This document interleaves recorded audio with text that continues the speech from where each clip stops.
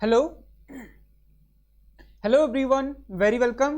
So guys, UGC net exam paper 1 500 MCQs PYQ series में आप सभी का बहुत बहुत स्वागत है। सो गाइस, जो लोग अभी तक नहीं आए हैं जल्दी से आ जाइए। इस क्लास के कंप्लीट होते ही आप सभी को टेलीग्राम चैनल ज्वाइन करना है। डिस्क्रिप्शन पर जाइए, टेलीग्राम का लिंक दिया हुआ है।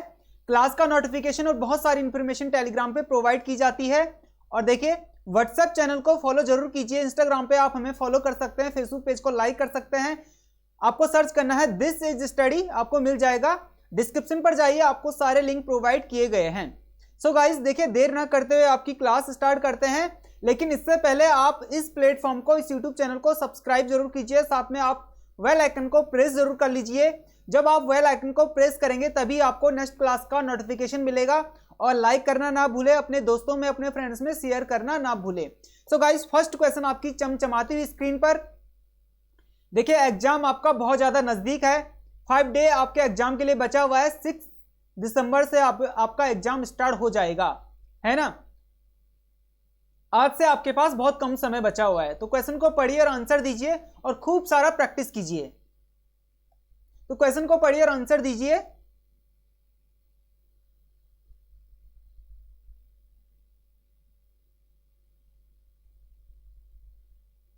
देखिए, क्वेश्चन क्या पूछा गया है। पहले तापयानिक बल्ब यानी कि थर्मोनिक बल्ब का आविष्कार किया था किसने? थर्मोनिक बल्ब का आविष्कार किसने किया था? यहां पर ऑप्शन दिए गए हैं, थॉमस एडिसन, रिचर्डसन या जे.एफ. फ्लेमिंग या सी.डी. फोस्टर। तो बताइए इनमें से कौन सा है। अधिकतर बच्चे ए के साथ जा रहे हैं, बिल्कुल सही आंसर दे रहे हैं। जो लोग ए के साथ जा रहे हैं, थॉमस एडिसन ने ही बल्ब का आविष्कार किया था, यानी कि तापयानी बल्ब यानी कि थर्मोनिक बल्ब का आविष्कार जो आज आपके घरों में जगा हुआ है, उस बल्ब का आविष्कार किसने किया था? एडिसन ने किया था, है ना। तो आंसर क्या होगा? ए आपका आंसर है। ए आपका आंसर है। एक्सप्लेनेशन देख लेते हैं। पहले तापयानिक बल्ब का आविष्कार किसने किया था? थॉमस एडिसन ने किया था। और थॉमस एडिसन एक महान अमेरिकी आविष्कारक और व्यवसायी थे। बहुत ही अमेरिका के महान अमेरिकी आविष्कारक थे और व्यवसायिक थे, ठीक है। इन्होंने ग्रामोफोन और विद्युत बल्ब का भी आविष्कार किया, ठीक है। जो आपके घरों में अभी विद्युत बल्ब जलता है ना, लाइट जो जल रही है ना आपके घर में, उसका आविष्कार भी किसने किया है? एडिसन ने ही किया है। तो आंसर क्या है आपका? ए इस क्वेश्चन का आंसर है। क्वेश्चन को पढ़िए और आंसर दीजिए।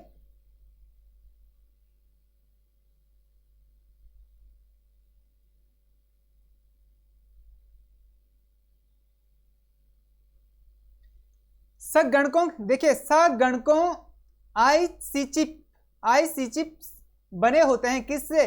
लेड, क्रोमियम, सिलिकॉन या सोना। अब देखिए, जो लोग बी के साथ जा रहे हैं ना, उनका आंसर गलत हो गया है। बी नहीं होगा, क्या होगा? सी, सिलिकॉन।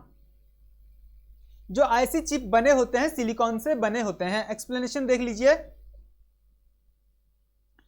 ठीक है। आईसी देखिए, इंटीग्रेटेड क्या है?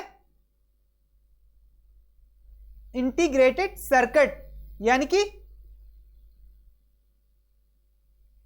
चिप्स अर्धचालक पदार्थ सिलिकॉन के बने होते हैं। इसका आविष्कार किसने किया था? जे.एस. क्लीवी ने किया था, ठीक है। सिलिकॉन के बने होते हैं और इसका आविष्कार किसने किया था? जे.एस. क्लीवी ने किया था।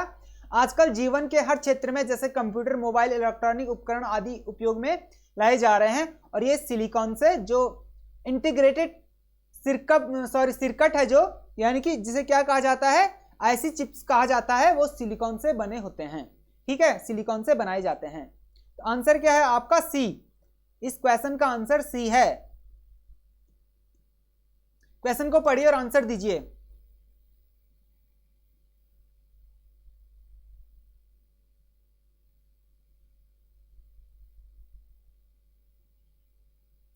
सीपीयू का कौन सा भाग आकलन करता है और निर्णय लेता है? सॉरी, सीपीयू का कौन सा भाग आकलन करता है और क्या करता है? निर्णय लेता है। अरिथमेटिक लॉजिक यूनिट हो गया, या अल्टरनेटिक लॉजिक यूनिट हो गया, या अल्टरनेट लॉजिक यूनिट हो गया, अमेरिकन लॉजिक यूनिट। इनमें से बताइए कौन सा आपका आंसर है। अधिकतर बच्चे देखिए, यहां पर कुछ लोग बी के साथ जा रहे हैं, कुछ लोग सी के साथ जा रहे हैं। लेकिन ना ही बी आंसर है और ना ही सी आंसर है, ना डी आंसर है। ए आपका आंसर होगा ए। एक्सप्लेनेशन देखिए, कंप्यूटर में जो मूलभूत गणनाओं, जोड़ घटाव व गुणा भाग और जो कुछ लॉजिकल कार्य जो किया जाता है वो अर्थमेटिक लॉजिक यूनिट से किया जाता है। ALU कहा जाता है इसको, शॉर्ट में इसको ALU कहा जाता है, अर्थमेटिक लॉजिक यूनिट। ठीक है, इसका प्रयोग करके ही किया जाता है गुणा भाग घटाव, जो भी मतलब जो भी लॉजिकल कार्य किए जाते हैं। तो आंसर क्या होगा? ए आपका आंसर है। ठीक है, इस क्वेश्चन का आंसर क्या है? ए है। गाइस, जिन लोगों ने अभी तक क्लास को लाइक नहीं किया है जल्दी से लाइक कर लीजिए और अपने दोस्तों में, अपने फ्रेंड्स में शेयर जरूर कीजिए ताकि उनको भी मालूम हो कि यहां पर पेपर 1 की क्लासेस चल रही है। क्वेश्चन को पढ़िए और आंसर दीजिए।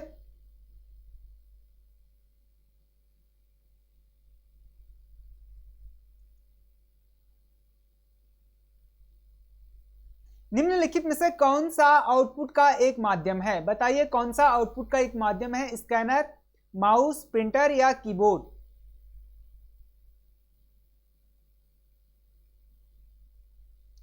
अब देखिए, कुछ बी के साथ जा रहे हैं, कुछ ए और सी, दोनों में से कंफ्यूज हैं बहुत ज्यादा। देखिए एक्सप्लेनेशन देखिए, सी प्रिंटर जो आउटपुट का एक माध्यम है वो आपका आंसर क्या है? सी। ए नहीं होगा और बी तो बिल्कुल ही नहीं होगा।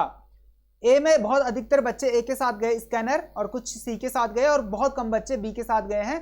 तो सी आपका आंसर है, सी आपका करेक्ट आंसर है। देखिए यहां पर एक्सप्लेनेशन दिया गया है कि प्रिंटर एक आउटपुट डिवाइस है जो हार्ड कॉपी आउटपुट देता है। इसका उपयोग स्थायी दस्तावेज तैयार करने के लिए किया जाता है, जबकि स्कैनर, माउस तथा कीबोर्ड क्या है? इनपुट डिवाइस हैं। क्या है? इनपुट डिवाइस हैं, है ना। तो आंसर क्या होगा आपका? सी आपका करेक्ट आंसर है। क्वेश्चन को पढ़िए और आंसर दीजिए।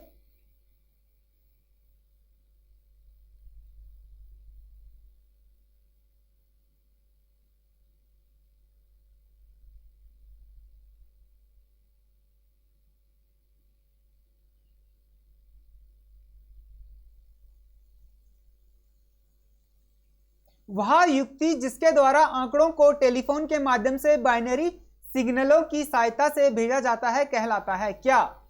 मतलब वह युक्ति क्या है जो जिसके द्वारा आंकड़ों को या टेलीफोन के माध्यम से या बाइनरी सिग्नलों की सहायता से भेजा जाता है, क्या कहलाता है? ऑप्शन दिया गया है मॉडेम, मॉनिटर, माउस या ओसरी। अब देखिए, कुछ ए के साथ जा रहे हैं, कुछ डी के साथ जा रहे हैं। डी नहीं होगा और बी सी तो बिल्कुल नहीं होगा।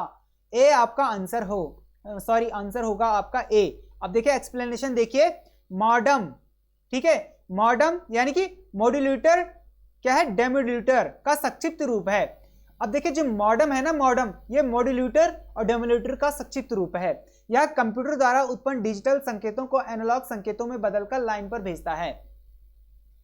ठीक है, एनालॉग संकेतों में बदलकर लाइन पर भेजता है। आपने देखा होगा जब कभी भी हार्ड का टेस्ट किया जाता है तो जो हार्ड की रिपोर्ट आती है ना, ऐसी आती है ना, लाइनों में आती है ना, लाइनों में। ये क्या है? एक संकेत होता है, इसमें बीच बीच में कट टाइप के बने रहते हैं इस तरह से।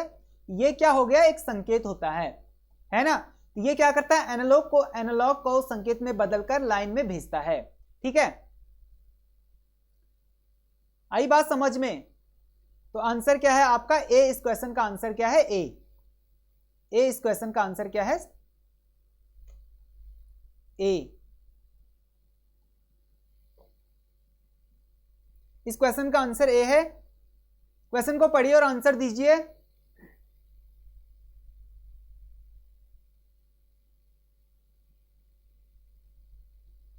अब से ना रेगुलर क्लासेस होगी यहां पर, रेगुलर। ज्योग्राफी की हम स्टार्ट कर रहे हैं, है ना। अभी इस एग्जाम के लिए तो आप कर लीजिए जैसा भी, ज्योग्राफी के लिए, लेकिन जून एग्जाम के लिए कंटिन्यू क्लासेस होगी और विद एक्सप्लेनेशन के साथ क्लासेस यहां पर होगी और पेपर 1 की भी रेगुलर क्लासेस होगी। ठीक है, सब्सक्राइब कर लीजिए और बेल आइकन को प्रेस कर लीजिए और टेलीग्राम चैनल को जरूर ज्वाइन करना। क्लास का नोटिफिकेशन, बहुत सारी इंफॉर्मेशन टेलीग्राम पे प्रोवाइड की जाती है। इस क्लास का पीडीएफ भी आपको कहां मिलेगा, क्लास के एंड में मैं आपको बताऊंगा। तो क्वेश्चन क्या पूछा गया है? संचार उपग्रह वायुमंडल के किस स्तर में अवस्थित किए जाते हैं? जो संचार उपग्रह है यानी कि जहां से हमें कम्युनिकेशन करना होता है, सैटेलाइट वायुमंडल के किस स्तर पर अवस्थित किए जाते हैं? ठीक है, संचार उपग्रह।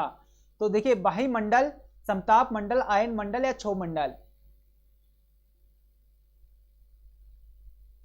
अब देखिए बी सी डी ए सभी ऑप्शन पे जा रहे हैं, लेकिन देखिए डी नहीं होगा, सी नहीं होगा, बी नहीं होगा, ए होगा बहिमंडल यानी कि बाहरी मंडल। ठीक है, एक्सप्लेनेशन देखिए, उपग्रह भूस्थैतिक कक्षा में विषुवत रेखा में लगभग 36,000 किलोमीटर की ऊंचाई पर स्थापित किए जाते हैं।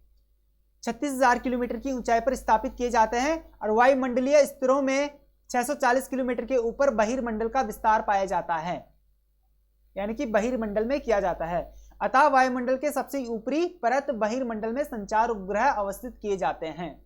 ठीक है, समझ गए ना? तो आंसर क्या होगा आपका? ए आपका सही आंसर है। ए आपका बिल्कुल सटीक आंसर है ए। समझ रहे हो ना? देखिए इन्हीं कॉन्सेप्ट के साथ आपसे एग्जाम में क्वेश्चन पूछे जाएंगे, इसीलिए इन क्वेश्चंस को प्रैक्टिस जरूर कीजिए। बेसिक कॉन्सेप्ट के साथ यहां पर अब एग्जाम में क्वेश्चन पूछे जाते हैं और ये एमसीक्यूज, ये क्वेश्चन इसीलिए तैयार किए गए हैं, है ना? तो क्वेश्चन को पढ़िए और आंसर दीजिए।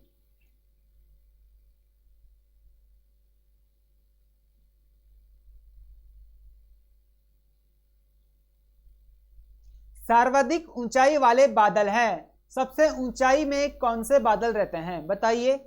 मध्य कपासी, मध्य स्तरीय कपासी या पक्षाभ स्तरीय? बताइए।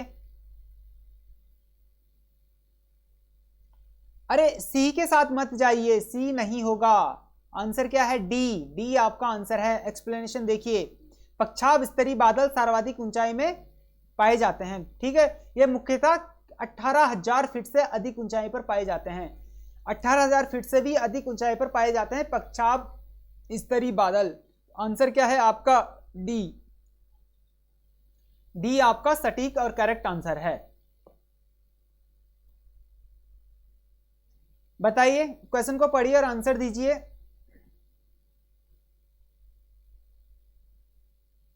पोल का ऑप्शन मिलेगा, जहां तक मुझे जानकारी मिली है कि 10,000 सब्सक्राइबर पे पोल का ऑप्शन मिल जाता है। तो जल्दी से ज्यादा से ज्यादा शेयर कीजिए और जल्दी से जल्दी 10,000 सब्सक्राइबर कंप्लीट कर लीजिए।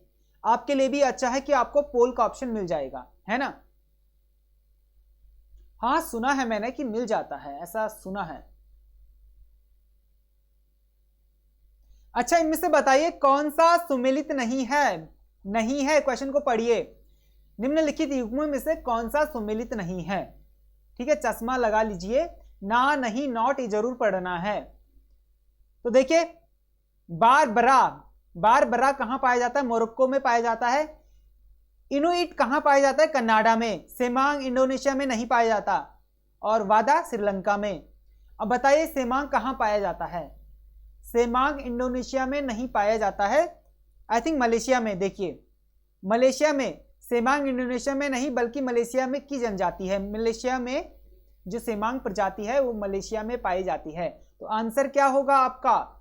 सी आपका बिल्कुल सही आंसर है। सी सटीक आंसर है आपका, सी। ठीक है,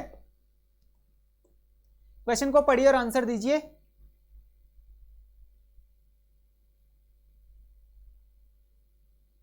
क्वेश्चन को पढ़िए और आंसर दीजिए।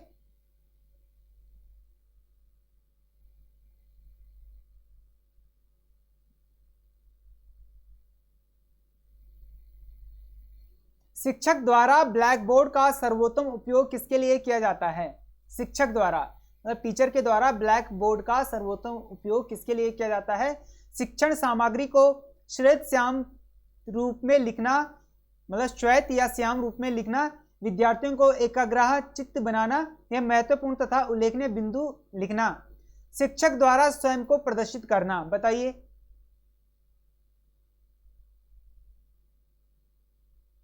अब देखिए ए के साथ मत जाइए, ए नहीं होगा, बी नहीं होगा, डी नहीं होगा, सी आपका आंसर होगा। एक्सप्लेनेशन देख लीजिए। शिक्षक द्वारा ब्लैक बोर्ड का सर्वोत्तम उपयोग महत्वपूर्ण तथा उल्लेखनीय जो बिंदु हैं, उल्लेखनीय बिंदु के लिए किया जाता है। मैं यहां पर पेन का उपयोग क्यों कर रहा हूं? किसी भी वर्ड को मेंशन करने के लिए ना, कि मेंशन किया जा रहा है कि हाँ मैं इस शब्द को पढ़ रहा हूं। ठीक है, एक्सप्लेनेशन करने के लिए पेन का उपयोग कर रहा हूं। ठीक है, इसी तरह से ब्लैक बोर्ड का सर्वोत्तम उपयोग महत्वपूर्ण तथा उल्लेखनीय बिंदु को लिखने के लिए किया जाता है। तो आंसर क्या होगा आपका? सी आपका बिल्कुल सही आंसर है। क्वेश्चन को पढ़िए और आंसर दीजिए।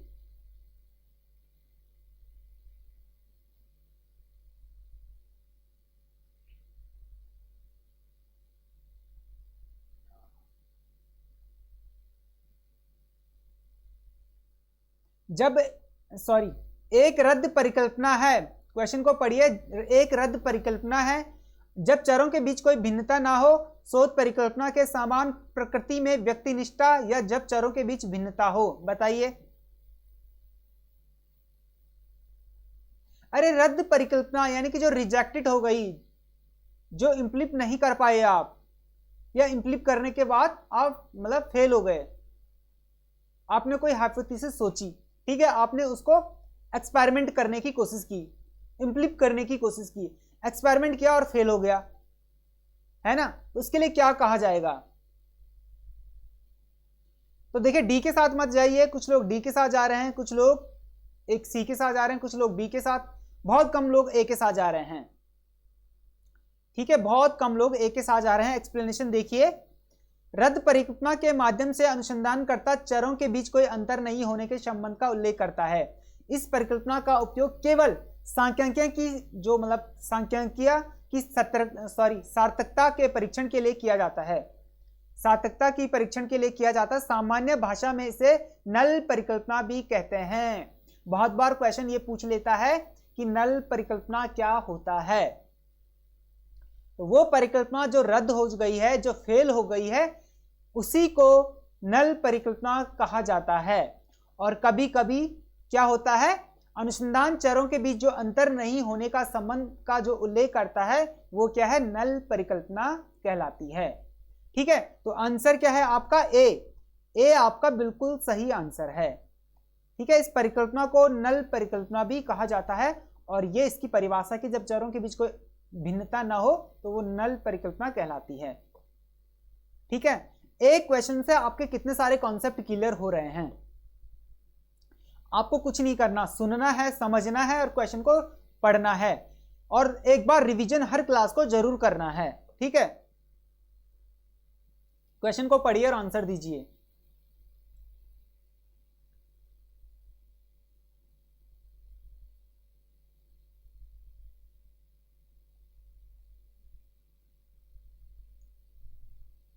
भारत में प्रेस सेंसरशिप किस प्रधानमंत्री के समय अधिरोपित की गई? यानी कि प्रेस सेंसरशिप, तो राजीव गांधी, नरसिंह राव, इंदिरा गांधी, देवगौड़ा। देखिए डी नहीं होगा, और सी के साथ अधिकतर बच्चे जा रहे हैं। बी नहीं, ए नहीं। देखिए सी क्यों होगा, एक्सप्लेनेशन देखिए। भारत में प्रेस सेंसरशिप इंदिरा गांधी के समय अधिरोपित की गई थी। इंदिरा गांधी जी ने प्रेस सेंसरशिप। तो आंसर क्या है आपका? सी आपका बिल्कुल सही आंसर है। सटीक आंसर सी है। क्वेश्चन को पढ़िए और आंसर दीजिए।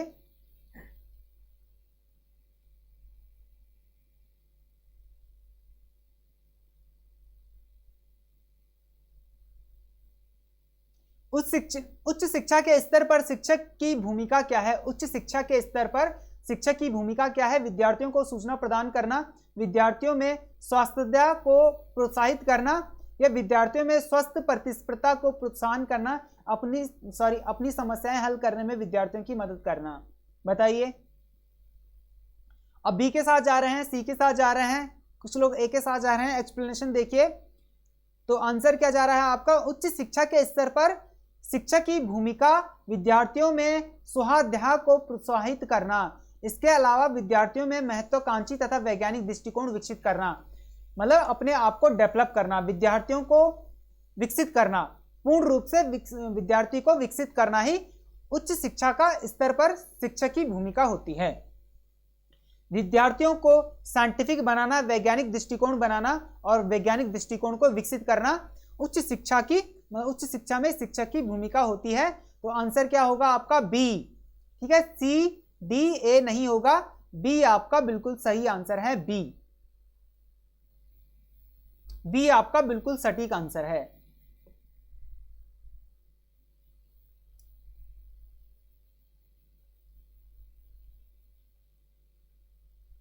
क्वेश्चन को पढ़िए और आंसर दीजिए।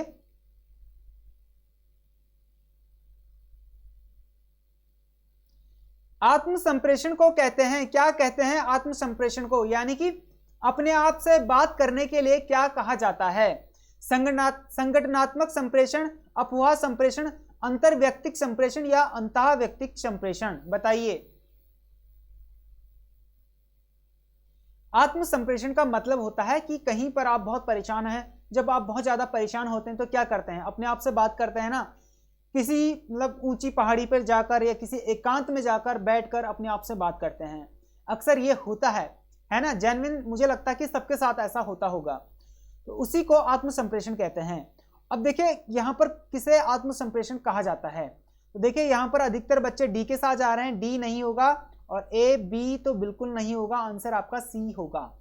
डी का मतलब होता है, जो डी है अंतर्व्यक्तिक संप्रेषण, इसका मतलब होता है दो लोगों के बीच में कम्युनिकेशन होना, यानी कि एक से ज्यादा लोगों के साथ हम कम्युनिकेशन कर रहे हैं। और जो अंतर्व्यक्तिक संप्रेषण है वो अपने आप से। एक्सप्लेनेशन देखिए गाइस, देखिए यहां पर डी आत्म संप्रेषण का होता है अंतःव्यक्तिक, सॉरी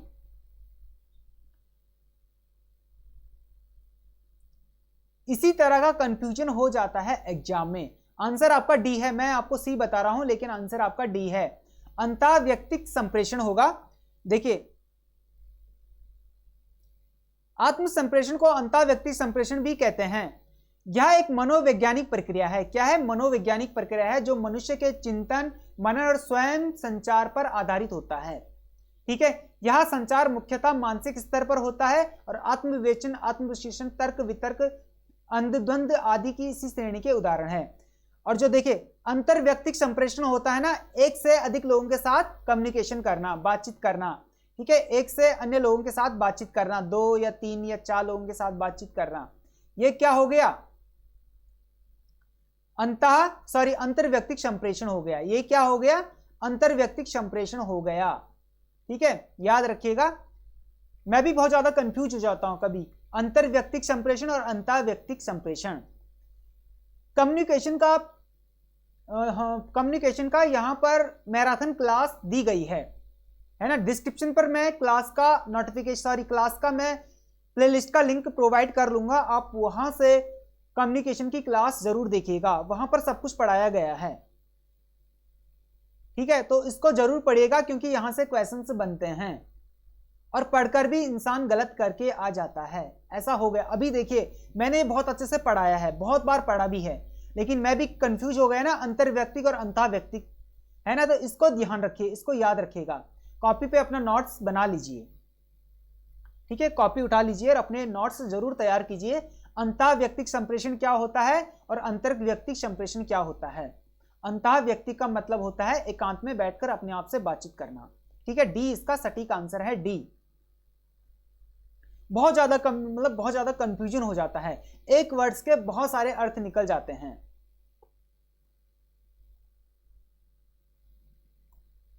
देखिए यहां पर अगर आपसे गलती होती है तो कोई बात नहीं, मुझसे भी गलती हो जाती है, बहुत बार होती है, लेकिन एग्जाम में इस तरह की गलती बिल्कुल नहीं करनी है। ठीक है, इस बात को समझिएगा। क्वेश्चन को पढ़िए और आंसर दीजिए।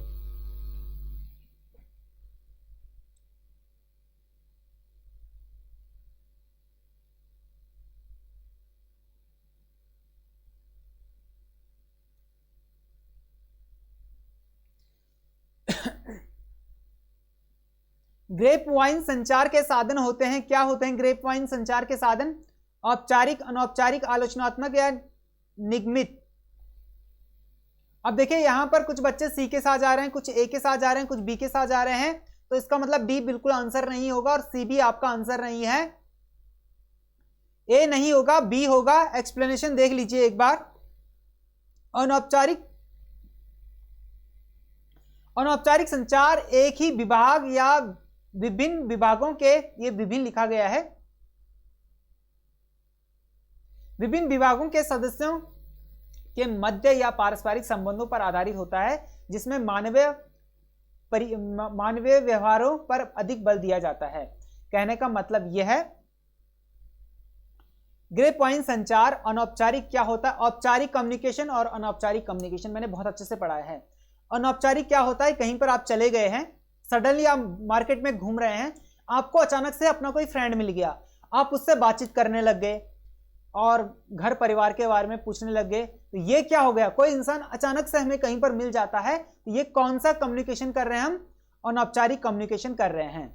ठीक है, औपचारिक क्या होता है, घर से हम सोच के पहले से ही घर से हमने फिक्स किया है कि हमें अपने दोस्त विनोद से मिलना है, विनोद के घर पे जाना है और जाकर हमें ये सारी बातें करनी है, तो ये क्या हो गया, औपचारिक कम्युनिकेशन हो गया।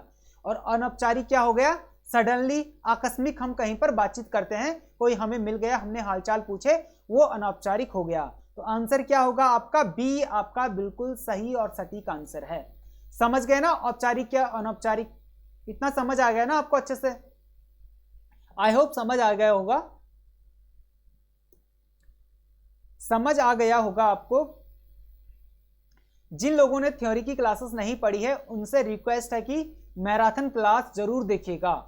ठीक है, डिस्क्रिप्शन पर मैं प्लेलिस्ट का लिंक प्रोवाइड कर लूंगा, वहां से सारी क्लासेस को देख लीजिए। और देखिए एक क्लास और है पीडी की, पीपल डेवलपमेंट इन्वायरमेंट की मैराथन क्लास आपको कब मिलेगी, ठीक है 3 या 4 को, 4 को फिक्स कर लेते हैं, 4 को आप पीडी की क्लास आपको प्रोवाइड की जाएगी, जरूर देखिएगा, बहुत काम की क्लास है, 3 घंटे की क्लास होगी लगभग और बहुत इंपॉर्टेंट क्लास है, तो क्लास को जरूर देखिएगा। एग्जाम में जाने से पहले इस क्लास को, पीडी की क्लास को जरूर देखना। क्वेश्चन को पढ़ लिया होगा आपने, आधुनिक भारत का मुख्य लक्षण कौन सा है,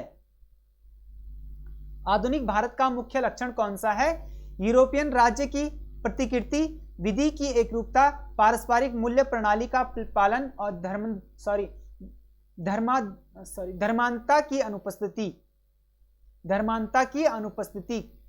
तो इनमें से कौन सा आपका आंसर है बताइए। देखिए कुछ लोग यहाँ पे बी के साथ जा रहे हैं, कुछ लोग सी के साथ जा रहे हैं, कुछ लोग डी के साथ जा रहे हैं, ए तो बिल्कुल आपका आंसर नहीं है ऐसा लग रहा है आप लोगों को। एक्सप्लेनेशन देखिए, ए ही आपका आंसर है।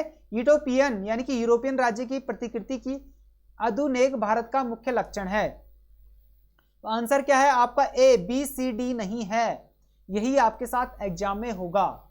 ठीक है, यही आपके साथ एग्जाम में होगा, आप बहुत ज्यादा कंफ्यूज हो जाएंगे। आधुनिक भारत का जो मुख्य लक्षण है यूरोपियन राज्य की प्रतिकृति है, ए आपका आंसर है। ठीक है, यूरोपियन राज्य की प्रतिकृति आधुनिक भारत का मुख्य लक्षण है। गाइस देखिए इस क्वेश्चन को जरूर पढ़ के जाइए। आत्म संप्रेषण का किसे कहा जाता है, इन्हीं 4 ऑप्शन में से हमेशा क्वेश्चन बनता है, हमेशा क्वेश्चन बनता है इन्हीं कॉन्सेप्ट के साथ, और आप बहुत ज्यादा कंफ्यूज हो जाएंगे। इवन मैं भी यहां पर कंफ्यूज हो गया था। तो इस क्वेश्चन को अच्छे से पढ़ लीजिए, एक्सप्लेनेशन भी पढ़ लीजिए।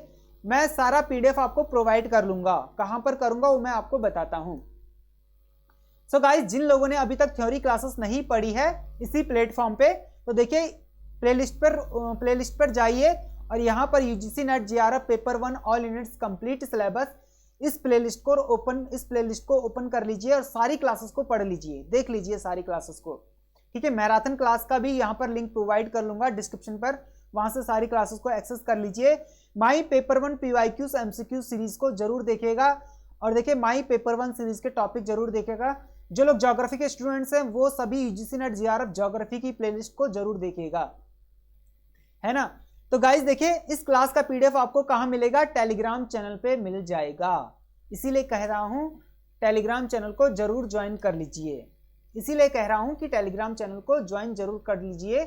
डिस्क्रिप्शन पर लिंक दिया हुआ है, ठीक है, डिस्क्रिप्शन पर लिंक प्रोवाइड किया है, टेलीग्राम चैनल को ज्वाइन जरूर कीजिए। क्लास का नोटिफिकेशन, बहुत सारी इंफॉर्मेशन, क्लास का पीडीएफ आपको कहां मिलेगा, टेलीग्राम पे मिल जाएगा। सो गाइस लाइक करना ना भूले, अपने दोस्तों में अपने फ्रेंड्स में शेयर करना ना भूले, और सब्सक्राइब जरूर कीजिए और साथ में बेल आइकन को प्रेस जरूर कीजिए। आज की क्लास आपकी यहीं तक।